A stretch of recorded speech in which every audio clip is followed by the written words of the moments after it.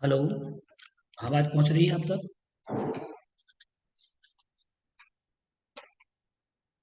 Hello. हाँ जी sir. आवाज आ रही है? हाँ जी, आ रही है। जी, ठीक। आज हमें ये अंगों के विषय में बात करनी है। द्वादशांग के जो अंग हैं, उन अंगों के विषय में हमें बात करनी है कि जो मुख्य अंग हैं, उन अंगों के बारे में हम आचारांग से लेकर के हमने अभी 8वें अंग तक अंतःकृत दशांग, प्रश्न व्याकरणांग तक हमने जान लिया था। आज हमें चर्चा करनी है विपाक सूत्रम, अर्थात विभाग स्वयं विपाक सूत्रम के विषय में।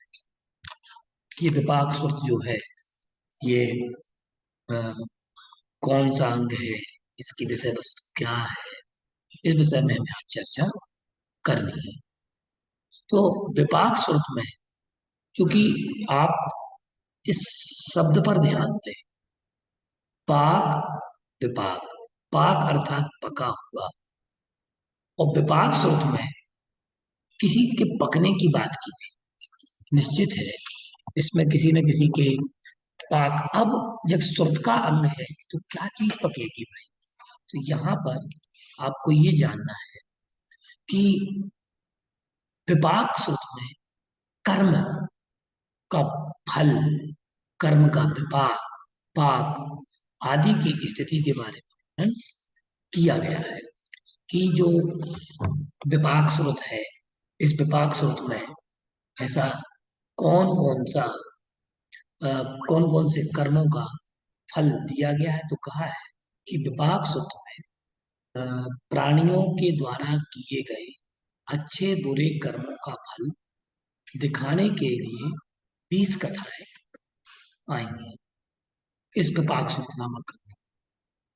और इस ग्रंथ के प्रथम सूत्र स्कंद के 10 अध्ययनों में दुख विपाक, अशुभ कर्मों का फल दिखलाने के लिए मृगापुत्र, उज्जीय, अभग्गसेन, सकट, बृहस्पति दत्त और नंदीसेन और उम्बर दत्त, सोयर दत्त, सूर्य दत्त, देवदत्ता और अजय देवी की जीवन गाथाएं अंकित की गई, जिसमें इनके कर्म फल, अच्छे बुरे कर्मों का ब्यौरा इसमें दिया गया है कि किस कर्म के करने से इन्हें किस किस प्रकार का फल प्राप्त हुआ, कर्म बंध क्या था, आश्रव कैसे हुआ, और उसके फलस्वरूप उन्हें कैसा कैसा जीवन, किन किन परिस्थितियों में रहना पड़ा। द्वितीय स्रोत स्कंद है जो इसका, इसके 10 अध्ययनों में सुबाहु, भद्रनंदी, सुजात, सुभाषव, जिनदास, धनपति, महाबल, भद्रनंदी, महाचंद्र, बरदत्त आदि की जीवन गाथा है। और इन 20 आख्यानों पर के दोनों आख्यान, 10 उसमें थे 10 इसमें थे, टोटल 20 आख्यानों के द्वारा यह बतलाया गया है कि कोई भी प्राणी जन्म जन्मांतरों में अपने योग अर्थात मन, वचन और काय की क्रिया के द्वारा राग, द्वेष, मोह आदि भावों के निमित्त से कर्मों का बंध करता है। और इन बंधे हुए कर्मों का आत्मा के साथ किसी विशेष समय अवधि तक रहना कसाय की मंदता या तीव्रता पर भी निर्भर करता है। आप कितने कसाई हैं? कसाई से मतलब आप क्या समझ रहे हैं? वो मारने काटने वाला कसाई तो लौकिक रूप से, व्यवहारिक रूप से कसाई होता है। और जो मुख्य रूप से हम देखें कि जो दूसरा कसाई अर्थात जो आंतरिक कसाई होता है, वह मूल रूप से वह मूल रूप से कसाई। अब आप लोग बताएं कि आप कसाई की व्याख्या क्या मानते हैं? कसाई कौन है?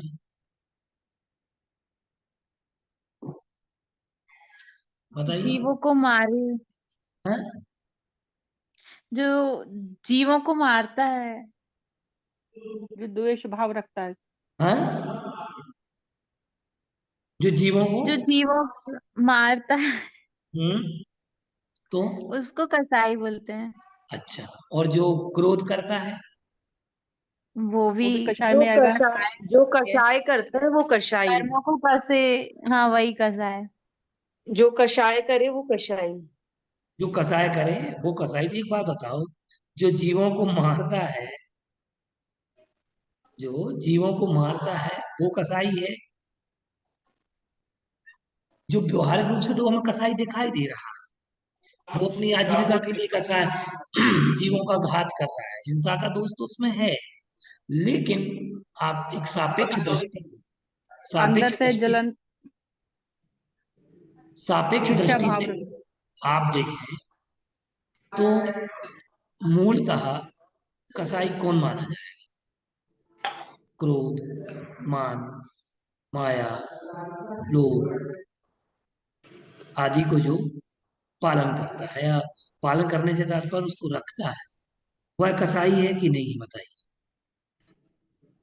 है। भाई है। मूलभूत जैसे क्रोध कर रहा है जो, वो कसाई है। तो इसलिए जैसे क्रोध अगर आप करते हैं, तो क्रोध करने में आपको कसाय का दोष लग रहा है। तो आपकी जैन तीव्रता। धर्म बताएं। जैन धर्म भावों के आधार पर ही रहता है, तो सबसे ज्यादा भावों का दोष तो लगता ही है। जैन धर्म से क्या बात भावों की है? बात भावों की है कि भाव क्या कर रहे हैं आपके। तो ये चीज आपको मुख्य कोड करना है। मुख्य रूप से आपको कोड करना पड़ेगी कि जो मुख्य रूप से कसाय जो कर रहा है, वह कसाई तो है। इसके साथ साथ उसकी तीव्रता और मंदता पर कर्म का बंधन निर्भर करता है।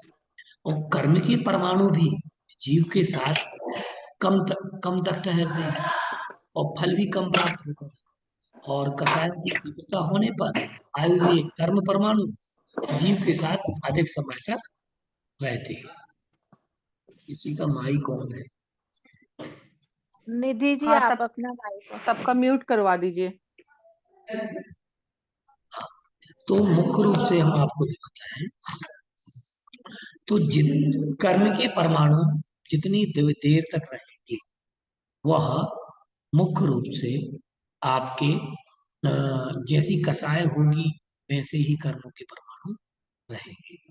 कसायों की तीव्रता होने पर आए हुए कर्म परमाणु जीव के साथ अ, अधिक समय तक रहते हैं, और जिसकी कसायिक प्रवृत्ति कम होती है, सो उसके कम तक रहते हैं। अब हम बात करते हैं, और इस श्रुत अंग में कर्म सिद्धांत का सबसे सुंदर विवेचन किया। आप उस अंग को देखिए, नाम को देखिए, क्या नाम क्या है अपने इस अंग का? द्वादश अंग में से विपाक श्रुत, क्या नाम है? पाक सूत्र। विपाक, विपाक, विपाक विपाक सूत्र। श्रुत। अब इसमें कर्म फल का ही वर्णन है। किस कर्म को करने से किस प्रकार का बंध होगा, उसका फल क्या होगा, ये सारी चीजें इसमें दी गई। सर, विपाक सूत्र की विपाक श्रुत? विपाक श्रुतम भी आया है, और उसके साथ साथ आप अगर देखें तत्वार सूत्र का एक सूत्र आता है, श्रुतम मति पूर्वम द्वैनिक द्वादश दैनिक वेदम। द्वादश भेदम। इसकी व्याख्या आप अगर द्वादशांग को आपको जानना है, तो एक तो तत्वार्थ श्लोक वार्तिक में आप देख सकते हैं, इसी सूत्र की व्याख्या पढ़ें। और तत्वार्थ सूत्र में आप देखें, और सर्वार्थ सिद्धि नामक ग्रंथ में आप इसकी व्याख्या जरूर पढ़ें, क्योंकि उसको पढ़ने से आपको बहुत सारी चीजें, इसको विपाक सूत्र भी कहते हैं, जिसमें पुण्य और पाप के फल, देखो फल तो पुण्य भी देता है तो पाप भी देता है। फल पुण्य भी देता है और पाप भी देता है। पुण्य जो है वह भी फल देगा और पाप भी फल देता है, तो इसका वर्णन किया गया है। इसके अतिरिक्त वो कर्म सिद्धांत के अतिरिक्त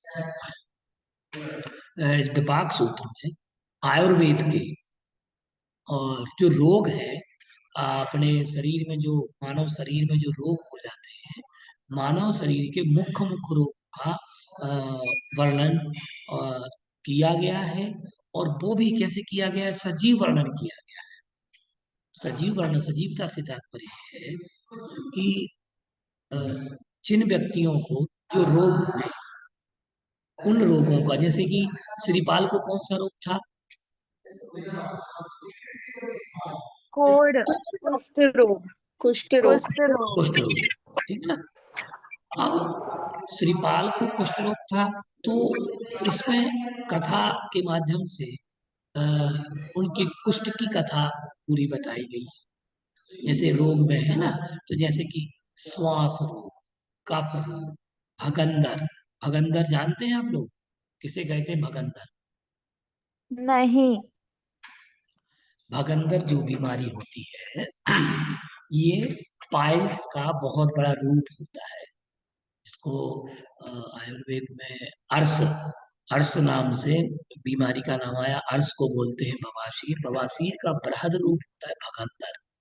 ये भगंदर रोग जो जिन्हें हो जाता है, तो ऐसे भगंदर रोगियों का वर्णन भी किया गया है कि किस कर्म के करने से किस प्रकार का रोग उत्पन्न हो सकता है। ऐसा भी वर्णन विपाक सूत्र में आया है। तो अर्श है, खाज है, खाज से तात्पर्य जो चर्म रोग थे उनका वर्णन किया। यक्षमा, टीबी, जिसको आजकल वर्तमान अपन टीबी बोलते हैं ना, क्या टीबी को क्या बोलते थे? क्षय रोग। क्षय रोग, तो यक्षमा, राजयक्षमा और कुष्ठ आदि अनेक रोगों का वर्णन इसमें उपलब्ध होता है। और दूसरी चीज में इसमें एक बहुत अच्छी बात बताई गई है, इसके अलावा गर्भिणी स्त्रियों को, जो गर्भस्थ हैं, उन स्त्रियों के दोहद, दोहदों का वर्णन इसमें किया गया है कि गर्भावस्था के मध्य में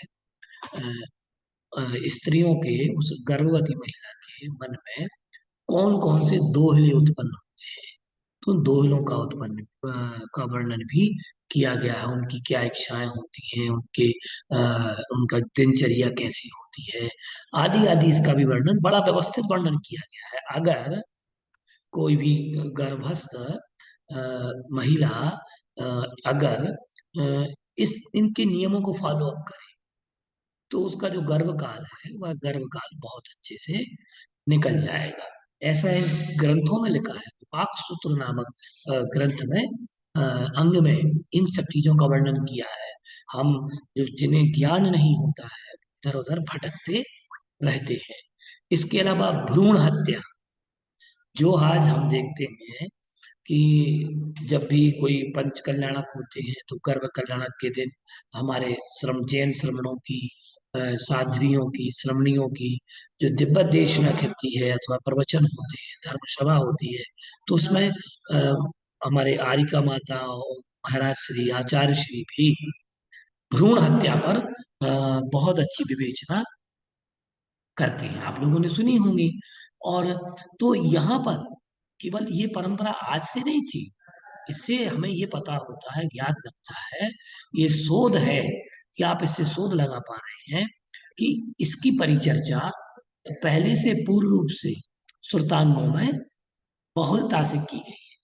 फिर इसके बाद में नरबलि, नरबलि की वर्णन किया गया कि भगवान महावीर स्वामी के समय में पशु बलि, नरबलि, उस समय अ, हिंसा का तांडव, बहुत घोर तांडव फैला हुआ था। जब भगवान महावीर स्वामी ने जन्म धारण किया, उसके बाद अ, बहुत सारी ये जो कुप्रथाएं थी कि देवता पशु बलि से प्रसन्न होते हैं, कई देवता ऐसे हैं जो कि नरबलि से प्रसन्न होते हैं। पशु किस प्रकार का, यहाँ तक कि लिख दिया गया कि पशु किस प्रकार का हो, बलि के लिए पशु किस प्रकार का होना चाहिए, मनुष्य किस प्रकार का होना चाहिए। कि मनुष्य, जैसे कि कई लोगों ने, हमने देखा है, उसमें हमने पढ़ा भी है नरबलि पशु बलि में, कि सर्वांग हो, पशु भी सर्वांग हो, मनुष्य भी सर्वांग हो, काना ना हो, अंग छिन्न भिन्न ना हो, और सर्वांगीण उसका विकास हो चुका हो, आदि बहुत सारे लक्षण उसमें दिए हैं। मतलब इससे हम ये पता लगा सकते हैं कि जब इस स्रोतों का भगवान महावीर स्वामी के समय में इन चीजों का वर्णन, उसमें आज से 2549 वर्ष पूर्व भी ये वर्णन था। इसका वर्णन मतलब 2500 वर्ष पहले, हम अभी जो 100 साल का एक जो दशक अभी अपना निकला, अभी अपने जो 2 वर्ष निकले पिछले, इसमें कोरोना काल में हमने महामारी में देखा कि वहां पर किस प्रकार से लोगों ने स्वास्थ्य को अपनी आय का साधन बनाया, और उस आपदा को अवसर बना दिया। उस आपदा से भी लोगों ने धनार्जन किया, वहां दया भाव का वह ह्रास हुआ, और लोगों के अंदर एक कुंठा बैठती चली जा रही थी। तो ये तांडव इस समय हमें मिला, उसके पहले कितना बड़ा तांडव होता होगा।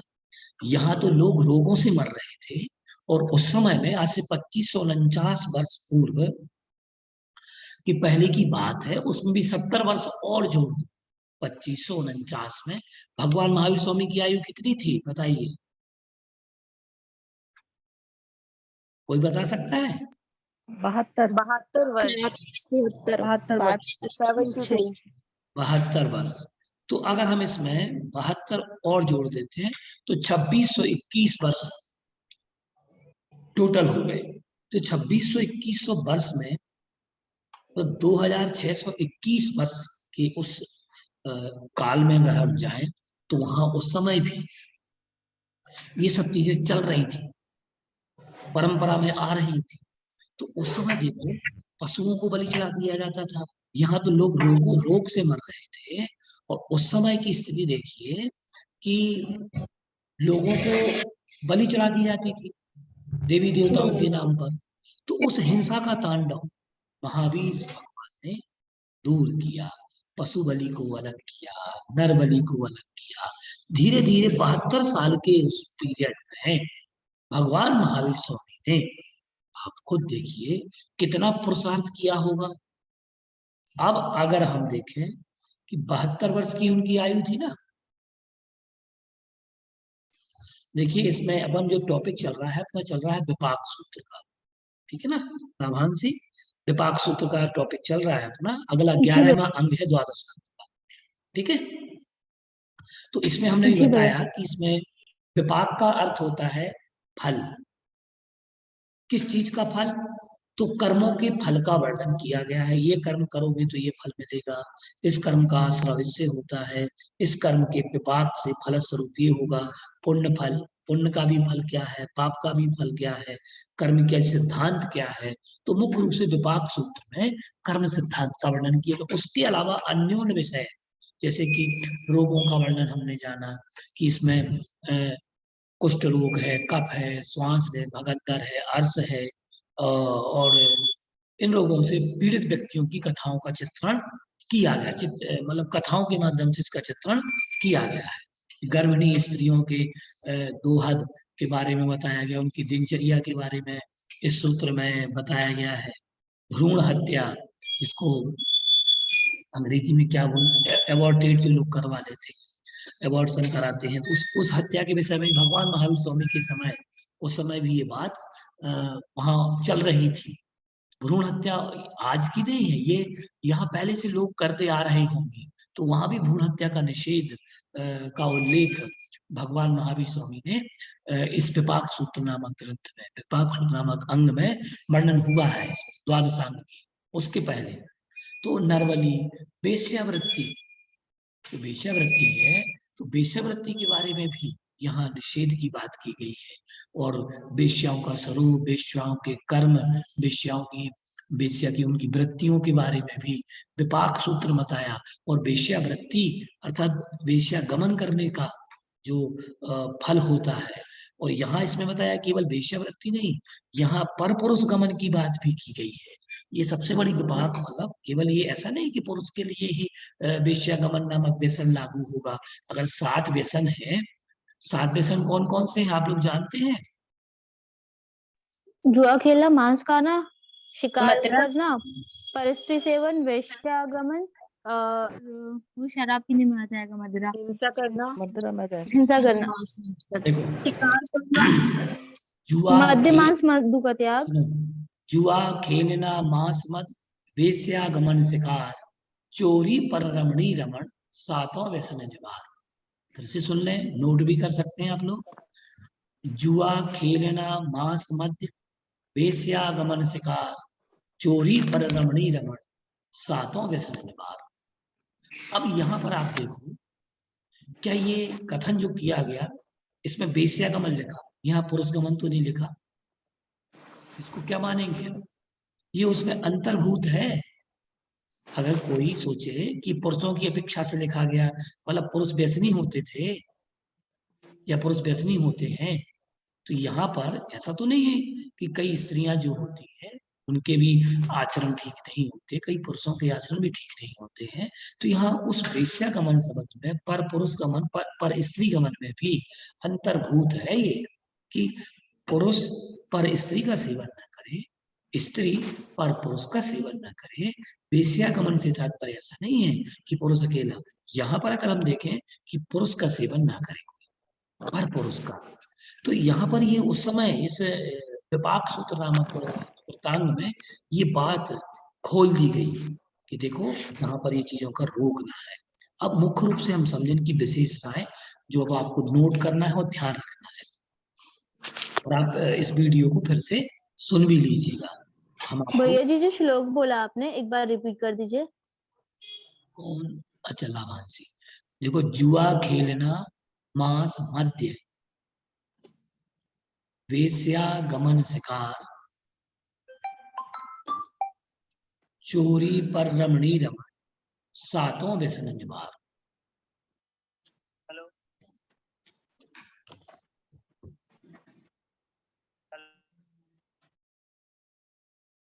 चोरी पर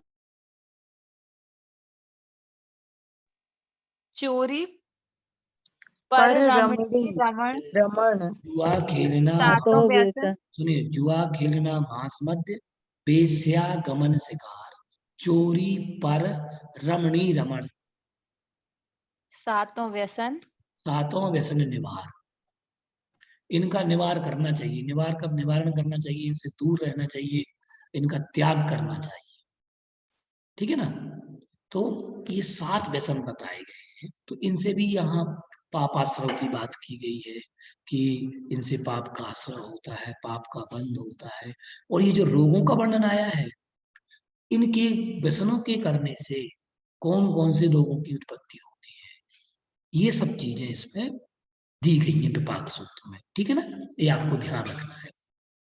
अब मुख्य रूप से हम जाने कि इसमें इसकी हम आपको 9 विशेषताएं मुख्य बताते हैं, वो आप ध्यान से रखिएगा और ध्यान में दीजिएगा कि कर्म सिद्धांत के ग्रंथों की पृष्ठभूमि इसमें रखी गई है, जिसमें आश्रव, बंध, उदय, सत्व, उदीर्ण आदि का विवेचन, अर्थात कर्म सिद्धांत का विवेचन इसमें बहुत अच्छे से किया गया है।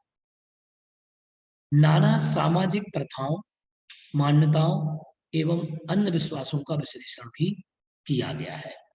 सामाजिक प्रथाएं थी, पशु बलि थी, नर बलि थी, और भ्रूण हत्या थी, वेश्यावृत्ति। उस समय क्या था, जो आप लोगों ने नाम सुना होगा नगर बधू। ये जानते हैं नगर बधू किसे कहते हैं?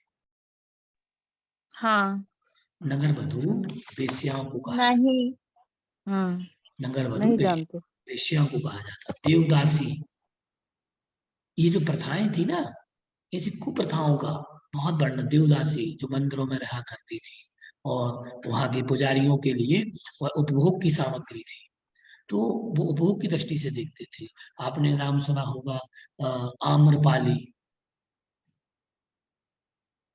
आदि आदि। हाँ, आपने सुना है। आम्रपाली नाम से आप सर्च करेंगे तो उसके चरित्र को आप पढ़ना। ठीक है ना? बसंत सेना, जो चारुदत्त के समय की घटना है। चारुदत्त बसंत सेना को पसंद करता था, उसके यहाँ जाता था।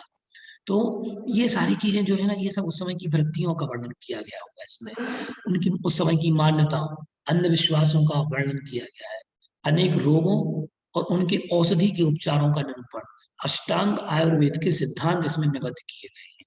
मतलब कोई ये कहे कि आयुर्वेद कहाँ से आया, तो ये जो द्वादशांग है, द्वादशांग के इस विपाक सूत्र नामक उपांग से, अंग से आयुर्वेद की पृष्ठभूमि वहां वर्णन मिलता है। फिर कर्म संस्कारों की महत्वता का वर्णन किया गया है। कथा तत्व की दृष्टि से घटनाओं से क्रमबद्धता के साथ उतार चढ़ाव विद्यमान है, ठीक है ना। प्रश्नोत्तर शैली के द्वारा कथोपकथनों में प्रभावोत्पादकता निहित है। इसके साथ समस्त स्थानों उपाख्यानों में वर्गशील का निरूपण किया गया है।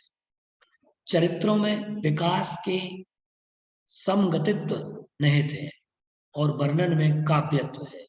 जितना भी वर्णन किया गया है वह सारा का सारा वर्णन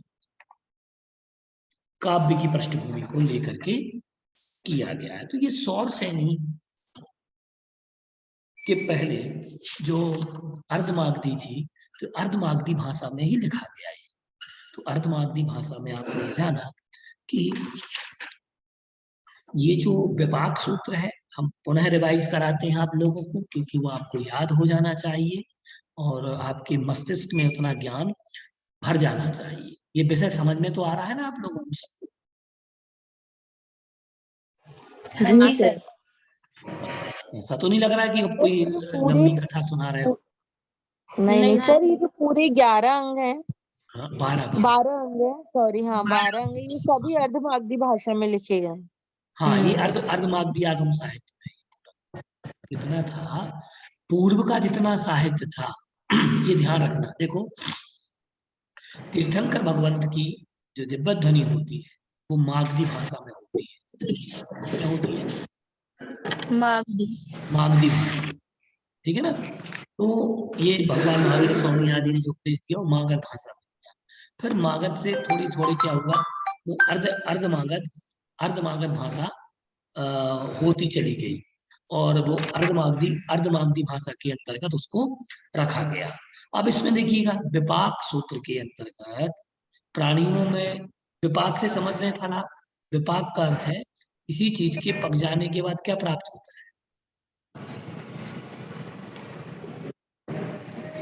फल।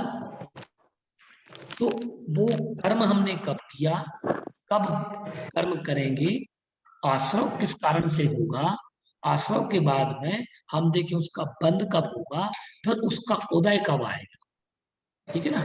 पहले आश्रव, फिर बंध, और बंध के बाद फिर उदय आएगा, उदय के बाद सत्व की स्थिति, फिर उदीरना आदि जो कर्मों की स्थितियां हैं, उन स्थितियों का वर्णन इसमें किया गया है। तो आपके शुभ आश्रम, अशुभ आश्रम, पुण्य आश्रम, पापाश्रम, इन सबका वर्णन किया गया है। अपन पढ़ते हैं ना, सा आश्रवः शुभा पुण्यस्य अशुभा पापस्य, एक सूत्र आता है ऐसा कि नहीं आते सूत्र? पढ़े हैं आप लोग? तो 8 सूत्र में आता है। हाँ, कौन से सूत्र में आता है? जी भैया। शुभा पुण्यस्य शुभा पापस्य अध्याय आत्म। अच्छा, तत्वार सूत्र का सूत्र है, हमें बताते जाइएगा आप लोग, हैं? थोड़ा थोड़ा कई बार क्या होता है, विषय वस्तु दिमाग से निकल जाती है, ठीक है। भैया षष्टम या सप्तम अध्याय में ये? हैं? आप लोग षष्टम या बताओ, सप्तम अध्याय में? आप लोग बताइए कहाँ है। ये 6वीं अध्याय का सूत्र है, काय बांग मनः कर्म योगः जी जी जी भैया। शुभा पुण्यस्य अशुभा पापस्य सा कषाया कषायो कषायो सांपराय किरपत्यो इंदी कषाय हाँ, आ गया ना। तो ये जो 6वीं अध्याय का वर्णन जो है ना, ये विपाक सूत्र में है। किसमें है?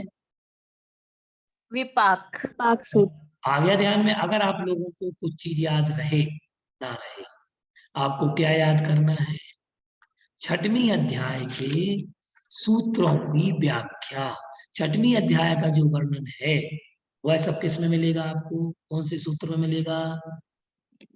विपाक सूत्र में। विपाक सूत्र में। बहुत सही, आप लोगों ने उस चीज को ध्यान में रख लिया। तो ये विषय वस्तु मैं आपको इसलिए समझा रहा हूं कि ये विषय वस्तु आपको याद है पहले से। अब उस विषय वस्तु को हमें किस भाषा में लिखना है, इस तरीके से। तो विपाक सूत्र में कर्मों के आश्रव की बात की गई। तो 6वीं अध्याय का वर्णन लिख देना। फिर 6 7 में ही आश्रव, 6वीं और 7वीं अध्याय में किसका वर्णन है? आश्रव का। आप लोगों ने जाना 6 7 में ही आश्रव, 8 में बंदना यब्बो है, ऐसा पढ़ा है कि नहीं पढ़ा आप लोगों ने? भैया ये श्लोक लिखवा दीजिए जो आप बोल रहे क्या? देखो जो अध्याय है ना, उनका वर्णन भी समझ लो। पड़म चौके पड़मम पंचम ए जाड़ पुगलम तच्च 6 7 में ही आसो 8 में बंदनाय वो 9 में संवर निज्जर 10 में मुखम ब्याणे ही ये सत्य तच्च भड़ियम दह सुत्ते मुनि बरिंदे ही जम सक्कई तम की रही जम चढ़ सक्कई तहे विसत्तहणम सद्दह माड़ो जीवो पावई अजरामरम ठाणम तव अरणम वैधरणम संयम शरणम च जीव दयाकरणम अंते समाहि मरणम चौगई दुखई निवारे।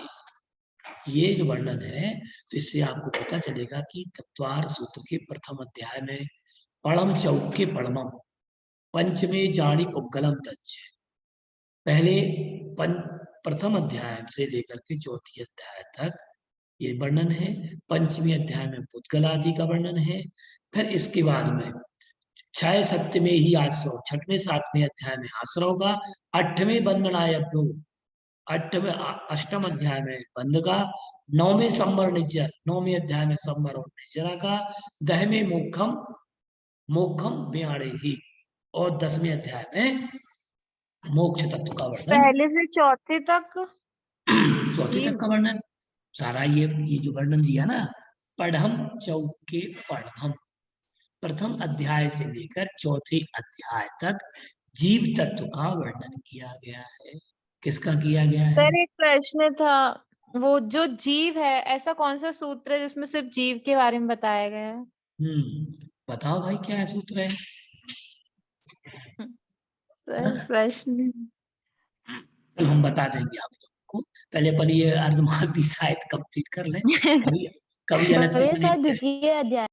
अलग से अपन अभी तत्वार सूत्र की भी विवेचना होगी, तो उस पर अपन समझेंगे। तत्वार सूत्र की विवेचना के अंतर्गत ये सारे विषय आएंगे, क्योंकि आपको पहली अध्याय से लेकर 5वीं अध्याय तक जोड़ा गया है संस्कृत साहित्य में, ठीक है ना। पहली अध्याय से 5वीं अध्याय के बीच में पूछा जाएगा, ठीक है। अब देखिएगा, तो विपाक सूत्र में वर्णन किस चीज का मिला? कर्मों के आश्रव का, बंध का, उदय का। विपाक है उसकी उदीर्णा है, उदय है, सत्व है, ये सब वर्णन इसमें अपन को मिला है। तो इस प्रकार से ये हो गया।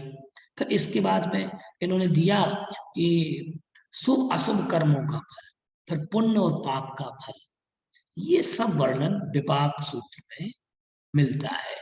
इसके अतिरिक्त आयुर्वेद का वर्णन इसमें है, रोगों का वर्णन है, और जिसमें से श्वास रोग, अगर किन्हीं को कोई बीमारियां हों और अगर विपाक सूत्र को पढ़ेंगे तो कई बीमारियों के उपाय जो जिनेन्द्र प्रभु की वाणी में निकले हैं उपाय, उन उपायों का अगर हम प्रयोग करेंगे तो हमें, इसीलिए आचार्य विद्यासागर जी महाराज और हमारे जैन आचार्य आयुर्वेद को महत्व देते हैं, ठीक है ना। इस प्रकार से पूरा का पूरा